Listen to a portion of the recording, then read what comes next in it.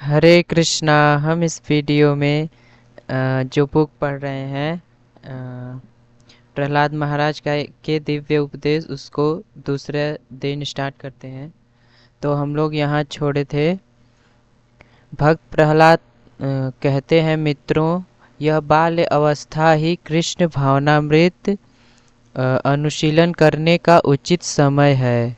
तो हमको ये समझना चाहिए कि जब से हम कृष्ण भावनामृत जुड़े हैं, भगवान कृष्ण के जप करते हैं ना, कीर्तन करते हैं, तो अ, अ, तभी से हमको अच्छे से भक्ति करना चाहिए। ये नहीं सोचना चाहिए कि हाँ, अब तो भक्ति में आ गए हैं, अभी हमारी क्या, अभी हम यंगर हैं तो आराम से करते हैं भक्ति, ऐसा नहीं सोचना चाहिए। हमें दृढ़ व्रत होकर जप करना चाहिए, भगवान का कीर्तन करना चाहिए, कथा सुनना चाहिए। तो ये सब पालन करना चाहिए, क्योंकि ये बहुत दुर्लभ है। जैसे बताया गया ना, दुर्लभो मानुषो देहो देहिनाम क्षणभंगुर तत्रापि दुर्लभम मन्ये वैकुंठ प्रिय दर्शनम। ये जो मनुष्य जीवन है ना, ये अत्यंत दुर्लभ है।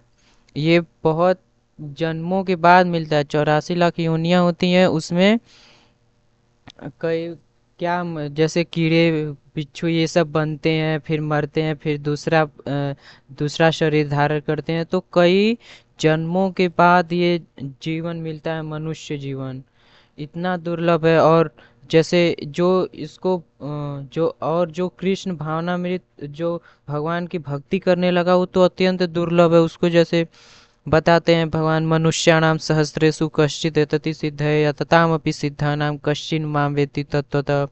मनुष्य जैसे हजारों हजारों मनुष्यों में से कोई एक जो सिद्धि का प्रयास करता है, और उनमें से भी कोई एक भगवान को जान पाता है, भगवान की भक्ति करता है। इतना दुर्लभ है, तो हमें हल्के में इसको नहीं लेना चाहिए। तो हमें अच्छे से दृढ़ व्रत होकर भक्ति करना चाहिए। अब आगे जैसे अगर कोई यंगर है, वो भक्ति कर रहा है, तो और उस दृढ़ व्रत होकर करता है, फिर अगर आगे जैसे उसकी शादी हो गई तो क्या पता, फिर जैसे कई लोग माया में भी चले जाते हैं। सभी लोग नहीं, जैसे कोई लोग ऐसे होते हैं कि जो 16 माला का जप करते हैं, 4 नियमों का पालन करते हैं, फिर भी उनको माया अपने वश में कर लेती है, फिर वो छोड़ देते हैं भक्ति, ऐसा देखा जाता है। और जैसे किसी की शादी हो गई तो वो पत्नी में व्यस्त हो गया, पत्नी का पालन पोषण, बच्चे का ये सब करने लगा, फिर कमाने लगा, तो वो उसको टाइम नहीं मिल पाता है। तो जब से उम्र से भी हमको भक्ति प्राप्त हुई है भगवान की कृपा से, भक्तों की कृपा से, तभी से हमको दृढ़ व्रत होकर भक्ति करना चाहिए। और हाँ, तो हमें भक्ति करना चाहिए। तो आगे देखते हैं। और उनके बालमृत मित्र उत्तर देते हैं, ओह, हम तो खेलेंगे, हम कृष्ण भावनामृत क्यों ग्रहण करें। तो ऐसा आप देखेंगे कि सभी लोग तो होते नहीं है कि सब कृष्ण भावना भावित हों। तो जो भौतिकतावादी लोग होते हैं, तो वो उनको क्या लगता है कि ये लोग भावुक हैं, ये ऐसे ही कर रहे हैं। तो वो क्या है कि वो उनका जीवन आहार निद्रा भय मैथुन इसी में उनका चलता रहता है। वो सोचते हैं कितना कमा लूं, कितना इकट्ठा धन अर्जन कर लूं, और जीऊंगा। उनको ये नहीं पता रहता कि कभी भी किसी समय मर सकते हैं। उनको ये तक जान नहीं पाते हैं कि मैं कौन हूँ, भगवान से हमारा संबंध क्या है, उनकी प्राप्ति कैसे होगी। इस जीवन मृत्यु चक्कर में फंसा है, वो ये भी नहीं जानता। इतना व्यस्त है सब लोग, दौड़ते भागते हैं, धन इकट्ठा के चक्कर में रहते हैं। और अगर उनको कोई कहता भी है भक्ति कर, तो कहेंगे यार, ये तो बस बूढ़ों लोगों के लिए, जो कुछ नहीं कर सकते उनके लिए है। लेकिन इसमें आप शास्त्र में पढ़ेंगे, देख जो बताते हैं, मनुष्याणाम सहस्रेषु, फिर एक है मुक्तानाम अपि सिद्धानाम नारायण पारायण सुदुर्लभो प्रसन्नताता कोटिशोपि महामुने। जो मुक्तानाम भी सिद्धानाम, उनमें भी जो सिद्धि का प्रयास करते हैं, फिर उनमें भी जो भगवान विष्णु के भक्त होते हैं, कृष्ण के भक्त, वो कितने दुर्लभ होते हैं। ऐसे ऐसे तो हमको हल्के में नहीं लेना चाहिए, हमको अच्छे से भक्ति करना चाहिए, प्रचार करना चाहिए, दूसरों को बताना चाहिए। फिर जो ये उनके बाल मित्र हैं वे स्वीकार नहीं करते हैं कि हम तो खेलेंगे, हम कृष्ण भावनामृत क्यों ग्रहण करें। प्रत्युत्तर में प्रहलाद महाराज कहते हैं, यह मनुष्य स्वरूप प्राप्त करते करते हैं, इसलिए यह दुर्लभ अवसर है। यह मनुष्य जीवन दुर्लभ दुर्लभो मानुषो देहो देहिना क्षण भंगुर। प्रकृति के नियमानुसार आपको अंततः मनुष्य शरीर दिया गया है, जिससे आप आध्यात्मिक जीवन को प्राप्त करके भगवत धाम वापस जा सकें। तो ये मनुष्य जीवन हमारे कर्मों के अनुसार मिला है और कई जन्मों के बाद मिला है, कई योनियों में भटकने के बाद। तो इसको हल्के में नहीं लेना चाहिए, हमें भक्ति करना चाहिए, भगवान को जानने का प्रयास करना चाहिए और भगवत धाम जाने का मतलब भगवान से संबंध स्थापित करने का हमें ये करना चाहिए।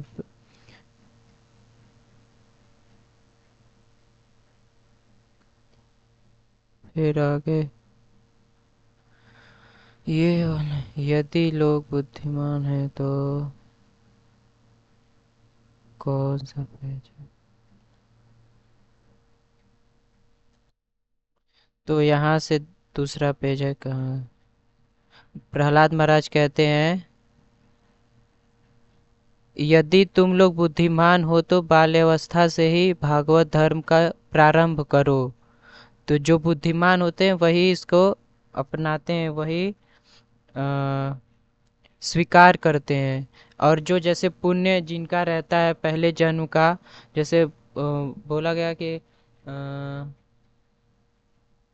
पुण्यर्विना तो श्रवण इच्छा न उत्पद्यते इति अतः, जिसका पुण्य नहीं रहता है उसको श्रवण करने की भी इच्छा उत्पन्न नहीं होती है। तो पुण्य जिसका रहेगा वही वही सुन उसको स्वीकार कर सकता है। तो आप लोग समझिए कि आपका कितना भाग्य है, हम लोग का कितना भाग्य है कि हम लोग कृष्ण भावनामृत को स्वीकार किए हैं और इसको पालन करते हैं। श्रीमद् भागवतम भागवत धर्म प्रस्तुत करता है, अर्थात यह ईश्वर विषयक वैज्ञानिक ज्ञान तक ले जाता है। भागवत का अर्थ है पूर्ण पुरुषोत्तम भगवान। तो भगवान और धर्म का अर्थ है विधि विधान। तो जैसे पुरुषोत्तम भगवान, भगवान को जैसे उनको बताया गया कि भगवान कौन है, जो छह ऐश्वर्यों से पूर्ण हो। जैसे बताया गया कि ऐश्वर्य से समग्र से वीर्य से यश श्रीह ज्ञान वैराग्य योश चापी क्षणाभंग इतिंगना। जो जिनका पूरा ऐश्वर्य हो, फिर पूर्ण यश, धन, बल, सौंदर्य, छह छह बताए गए हैं। तो ये जो हैं जिनके पास है वो भगवान है। तो भगवान, फिर यह मानव जीवन अति दुर्लभ है, आपको बताया गया। फिर यह एक महान सुयोग है, इसलिए प्रहलाद महाराज कहते हैं, मित्रों तुम लोग सभ्य मनुष्यों के रूप में उत्पन्न हुए हो, अतः तुम्हारा यह मनुष्य शरीर क्षण भंगुर है। हमें इस मानव जीवन का मूल्य समझना चाहिए कि यह अत्यंत मूल्यवान है, इसको ऐसे ही व्यर्थ नहीं जाने देना चाहिए।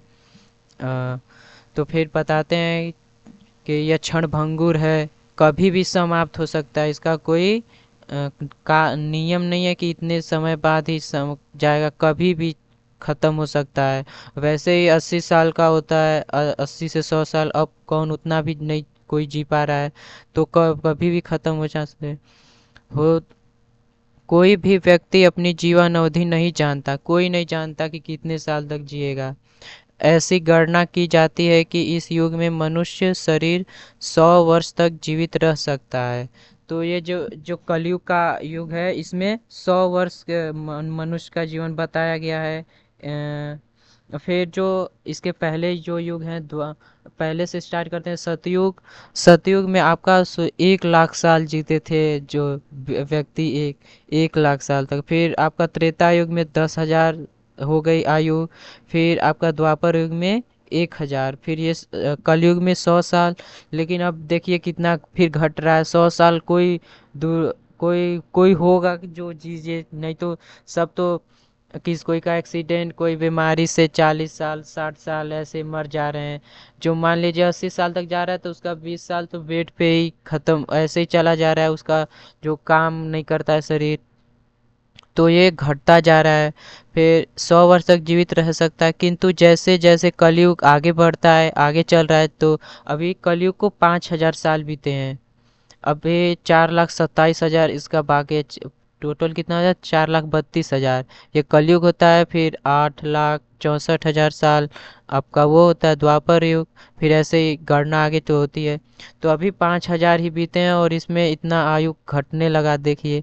तो फिर कितना आगे तक जाए, खत्म हो जाएंगे, आगे तक कितनी आयु रह सकती है। फिर किंतु जैसे जैसे कलयुग आगे बढ़ता है, जीवन की अवधि स्मृति अवधि समाप्त होती है, कम आयु स्मृति स्मृति कितनी रह जाती है, कम घटती जाती है। जैसे उस समय क्या होता था कि पहले जो वेदाध्ययन शास्त्र अध्ययन ये लिख के नहीं होता था, ये वाह, बस वो मतलब बोलते थे। जो आचार्य थे वे बोलते तो जो शिष्य थे उसको सुन के मतलब ग्रहण कर लेते एक बार में। इतना मतलब पहले के इतने तेजस्वी ऐसे ऐसे लोग, ऐसे वहाँ पे लिखता उस समय लिखने का कोई मतलब, लिखते उतना नहीं थे, उनको एक बार में याद हो जाता था। सोचे उतना उतना वेद का अध्ययन सब याद कर लेते। जैसे आप रामानुजाचार्य जी की कथा में सुनेंगे, तो उनके जो उनके जो शिष्य हुए, तो शिष्य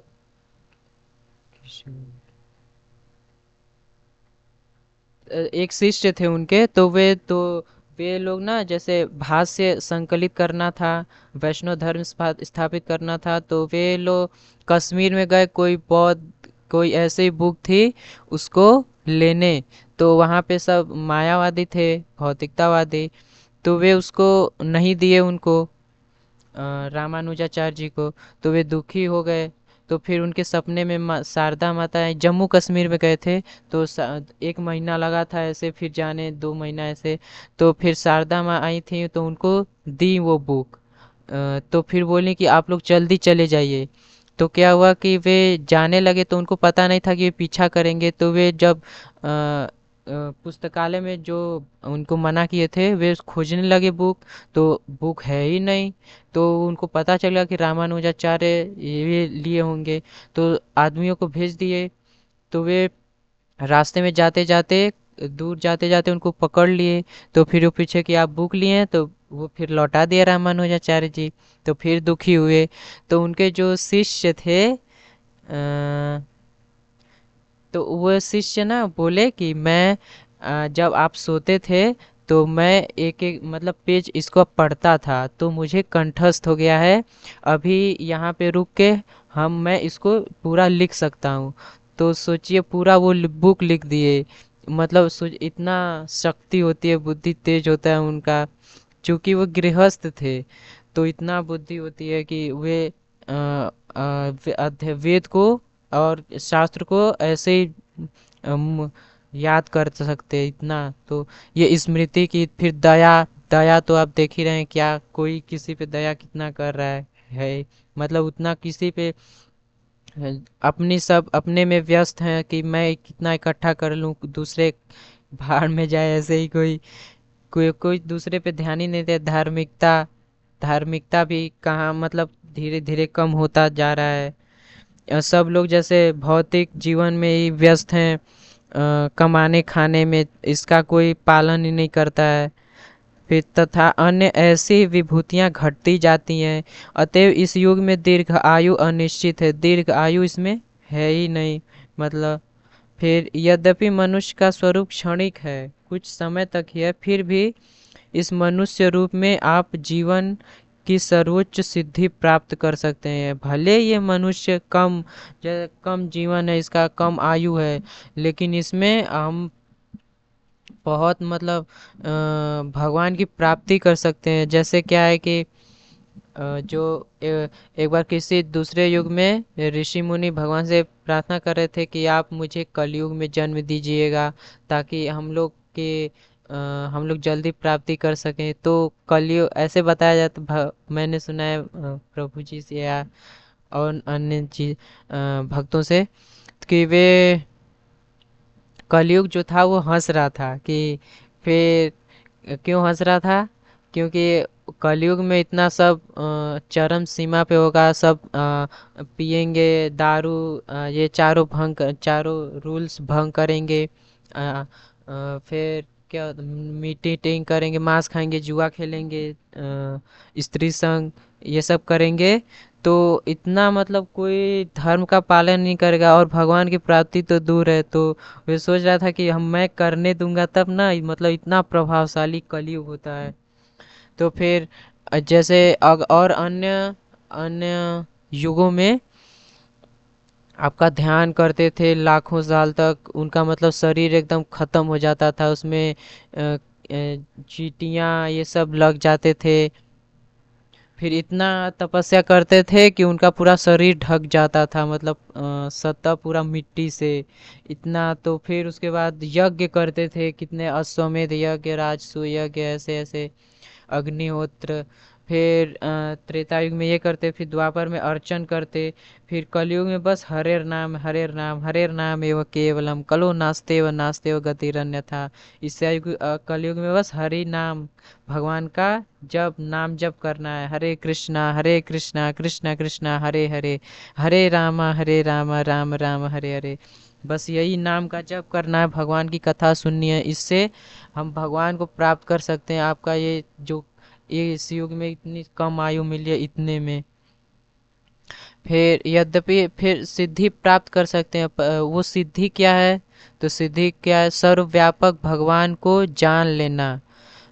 जैसे और कोई आप जान सिद्धि से कोई सोचेगा तो कहेगा कि ये सिद्धि मतलब अष्ट सिद्धि होती है ना, कि कोई छोटा से सबसे छोटा हो जाए, पत्थर में तक प्रवेश कर जाए, कोई बहुत बड़ा हो जाए, फिर दूसरे के इंद्रियों से वो इंद्रिय तृप्ति करे, ऐसे होते इशिता लघुमा, ऐसे लघिमा, फिर ऐसे ही होती हैं आठ अष्ट सिद्धि और छोटी छोटी। तो कोई सोचेगा कि इसको प्राप्त कर लें तो हो जाए, सुखी हो जाए, लेकिन नहीं, ये तो मतलब तुच्छ है।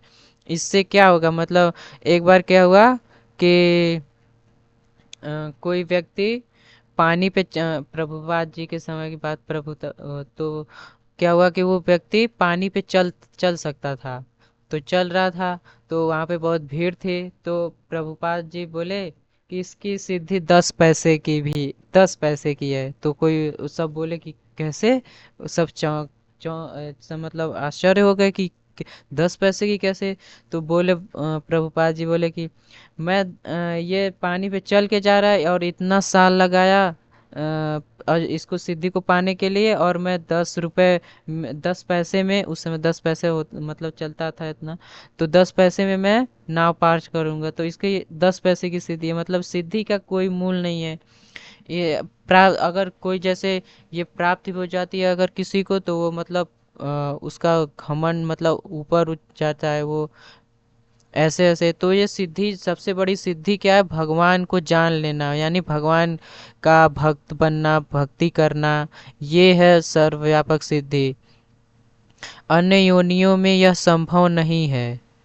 अन्य योनियों में जैसे कोई दूसरा जीव है तो वो बस आहार निद्रा भय मैथुन इसी में खाने में, सोने में, ये देखते हैं कि कुत्ते बिल्ली ये सब सोते हैं, कहीं मिल जाता है तो खाते, नहीं तो सोते हैं, फिर इसी में उनका जीवन रहता है।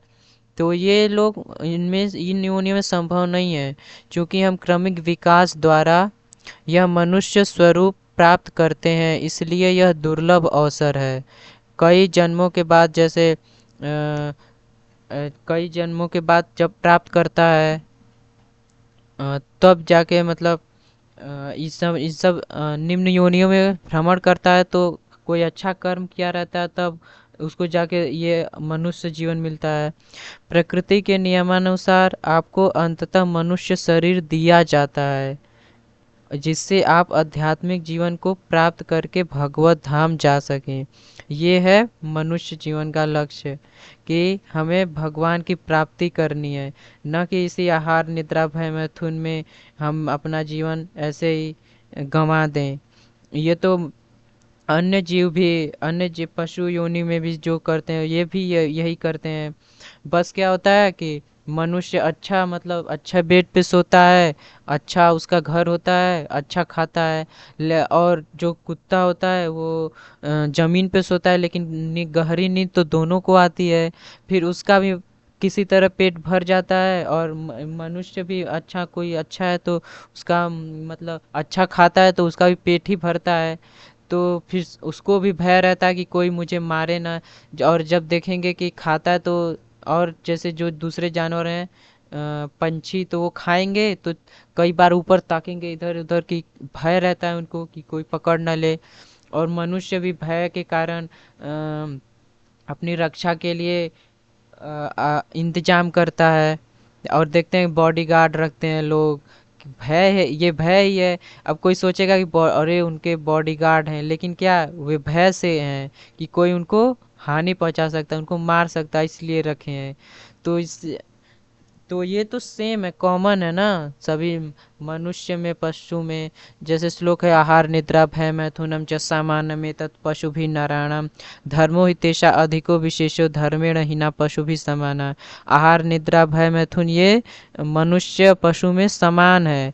और जो मनुष्य में है क्या, जो धर्म का पालन करता है वो मनुष्य कहलाता है, और नहीं तो वो भी पशु के ही समान है, ऐसा मतलब है। तो मनुष्य जीवन का हमें मूल इसका समझना चाहिए, जिससे आप आध्यात्मिक जीवन को प्राप्त कर सकते हैं, भगवत धाम वापस जा सकते हैं भगवान की भक्ति करके। जीवन का चरम लक्ष्य पूर्ण पुरुषोत्तम भगवान विष्णु या कृष्ण हैं, और ये लक्ष्य होना चाहिए हमारा। जब हम जान गए कि भगवान विष्णु है, कृष्ण है, इनकी भक्ति करनी है, तो हमें दृढ़तापूर्वक करना चाहिए। बात के एक श्लोक में प्रहलाद महाराज कहते हैं, इस भौतिक जगत के जो लोग भौतिक शक्ति द्वारा मोहित हो जाते हैं, वे यह नहीं जानते कि मनुष्य जीवन का लक्ष्य है, क्या है, क्यों। तो जो व्यस्त होते हैं खूब कमाने में, इस धन इकट्ठा करने में, तो वो नहीं जानते कि उनसे पूछेंगे भी तो मनुष्य जीवन का लक्ष्य बताएंगे, हाँ पैसा मतलब सुखी हो जाओ, यही जीवन का लक्ष्य है, यही कहेंगे। ये नहीं जानते कि ये लोग इसमें फंसे हैं, हम लोग फंसे हैं मनुष्य योनियों में। साइकिल चल रहा है, ये मर रहे हैं, फिर दूसरा जन्म ले रहे हैं तो दूसरे योनि में जा रहे हैं। तो ये चलता है, इसको हमें समझना चाहिए, ये हमारे मन में आना चाहिए कि हम मनुष्य जीवन क्यों मिला है, और हम इससे जन्म मृत्यु से दूर कैसे हो सकते हैं। कोई सोचेगा कि हाँ हाँ, कई लोग ऐसे भी बोलते हैं कि हाँ ये जीवन जी लो, आगे का कौन देखा है।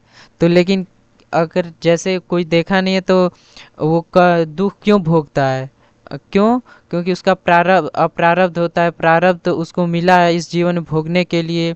कर्म के अनुसार उसको शरीर मिलता है। कि कोई अपंग है, कोई कितना भी मेहनत कर लेता है, लेकिन उसको मतलब सफलता नहीं मिलती है। क्यों नहीं मिलती है? उसका कर्म है, जैसा वो कर्म किया रहता है पिछले जीवनों में, उसी के हिसाब से उसको इस जीवन में उसको भोगना पड़ता है। प्रारब्ध जो कहते हैं कि प्रारब्ध इस जो विशेष जीवन में जो पाया है, उस जीवन में जो उसको आ रहे हैं सुख दुख आ रहे हैं, वो प्रारब्ध है। फिर अप्रारब्ध जो संचित रूप में है, जो आगे भोगना है, ये है। तो ये जानना चाहिए कि मनुष्य जीवन का लक्ष्य क्या है, क्योंकि वे भगवान की चकाचौंध करने वाली बहिरंगा शक्ति द्वारा मोहित हो चुके हैं। ये बहिरंगा शक्ति को हमें समझना चाहिए कि जो भगवान की शक्तियाँ होती हैं तीन, अंतरंगा शक्ति, तटस्थ और बहिरंगा शक्ति। अंतरंगा शक्ति जो भगवान के धाम में विद्यमान रहती है, वो गुणों से प्रभावित नहीं होती, वैकुंठ गोलोक में रहती है।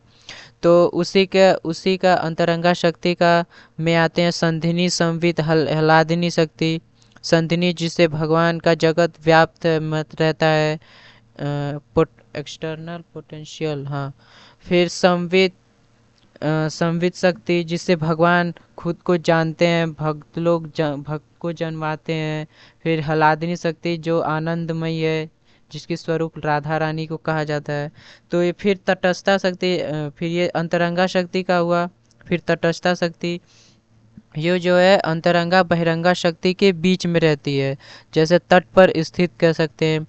तो तट पर स्थित यानी जो वो समुद्र में भी जा सकता है और वो उसमें भी स्थूल मतलब जमीन पे भी जा सकता है। तो ये बीच में है। अगर इसमें जीव अपने अनुसार मतलब स्वीकार कर सकता है कि उसको भोग चाहिए या भगवान की प्राप्ति करनी है, हमें भगवान की सेवा करना है ये।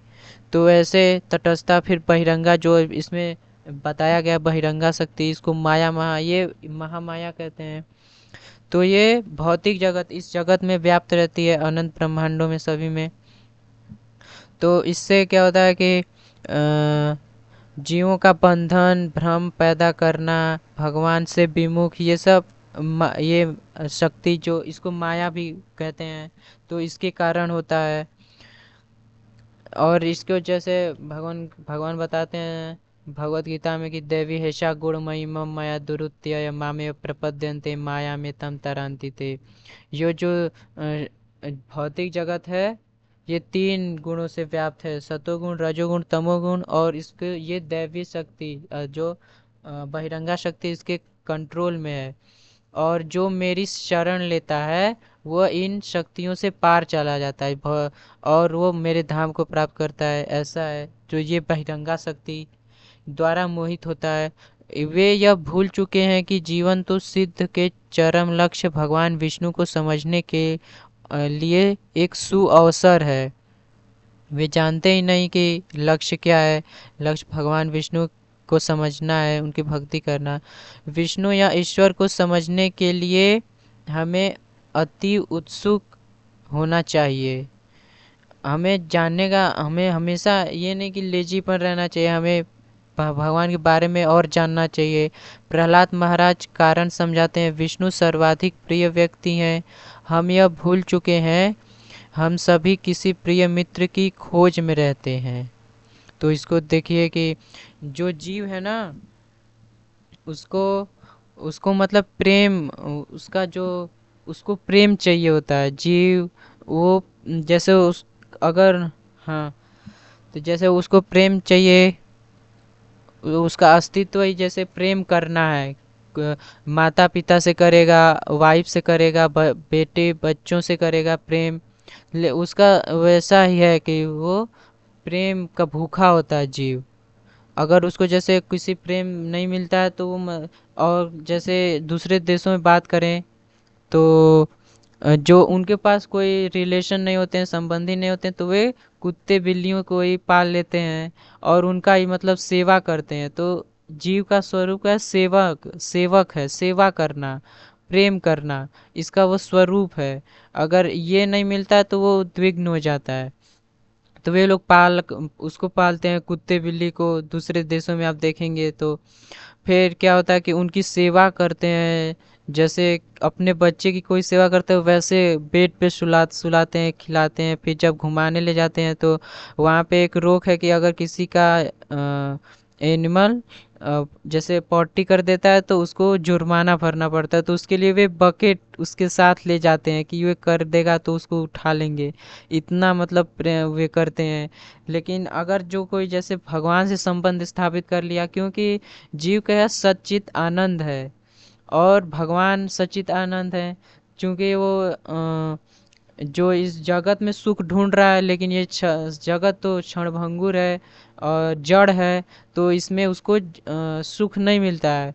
और जब वो भगवान को जान लेता है कि भगवान ही मेरे प्रिय हैं, इनसे मेरा संबंध है, तो तब वो सुख प्राप्त करने लगता है भगवान से संबंध प्राप्त करके। तो इसमें देखिए खोज में रहते हैं कि हर व्यक्ति इस प्रकार खोज करता है। पुरुष स्त्री का के साथ प्रिय मित्र करना चाहती है। तो इस जगत में अट्रैक्शन होता है कि पुरुष को स्त्री अच्छी लगे कि स्त्री को पुरुष अच्छा लगेगा, ऐसा रहता है। तो मैत्री करना चाहते हैं, या फिर एक पुरुष अन्य पुरुष की खोजता है, एक स्त्री अन्य स्त्री को। क्यों तो लेकिन ये मतलब ये तो ये प्रेम नहीं दे पाते हैं, क्यों? जैसे कोई लव मैरिज किया तो वो डाइवोर्स हो जाता है। तो इस डाइवोर्स क्यों होता है कि वो उसको प्रेम दे ही नहीं सकता। क्यों? उसको प्रेम दे ही नहीं सकता, भगवान ही अंततोगत्वा प्रेम दे सकते हैं। तो वे इसीलिए डाइवोर्स देखते हैं, ये होता है।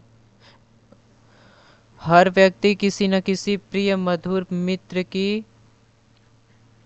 तलाश में रहता है। ऐसा क्यों? क्योंकि हम ऐसे प्रिय मित्र का सहयोग चाहते हैं जो हमारी सहायता